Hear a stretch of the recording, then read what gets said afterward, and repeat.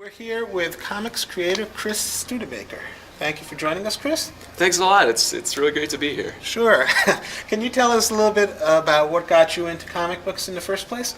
Yeah, I originally got into comics when I was just a kid, I think like a lot of people in middle school, and back then of course it was a lot of X-Men was mainly my thing. Sure. And that was really cool. That held me for a long time, and as I moved out of middle school I really got out of it. And then it didn't really do anything for me until I got into college and started reading a lot more stuff like Sandman. Sure. And I guess what you might call a little more of the literate comics that moved away from the superheroes, and that really got me back into it. Great. And what made you do the leap from comic book reader to comic book creator?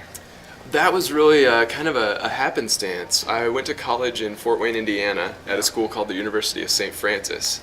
And while I was there, I met a guy named Aaron Minier, who was an aspiring comics penciler, and who's just an amazing artist. And really saw it as my chance. I had kind of dabbled a little bit before that, but he was looking for people to collaborate with, and really mostly was looking for somebody to write with. And so I said, yeah, I'm a writer, because I had been dabbling.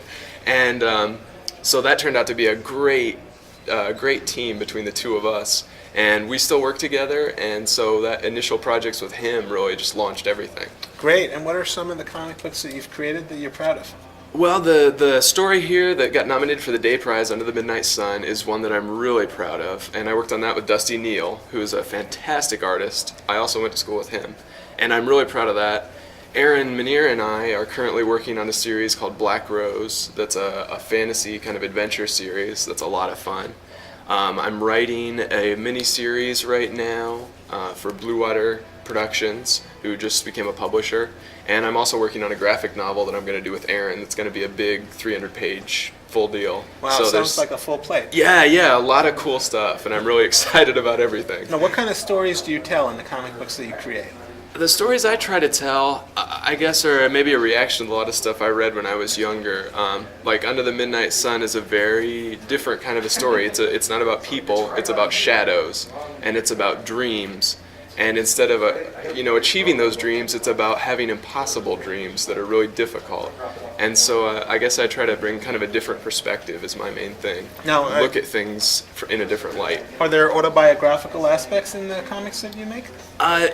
To an extent, but not always in the terms that part of my own life is in there, but I think probably every story I've ever written had a part of a dream that I've had in it, or just little bits and pieces like that. So certainly things from my own life, but so far at least I haven't done anything that's really directly autobiographical. Oh, that's great.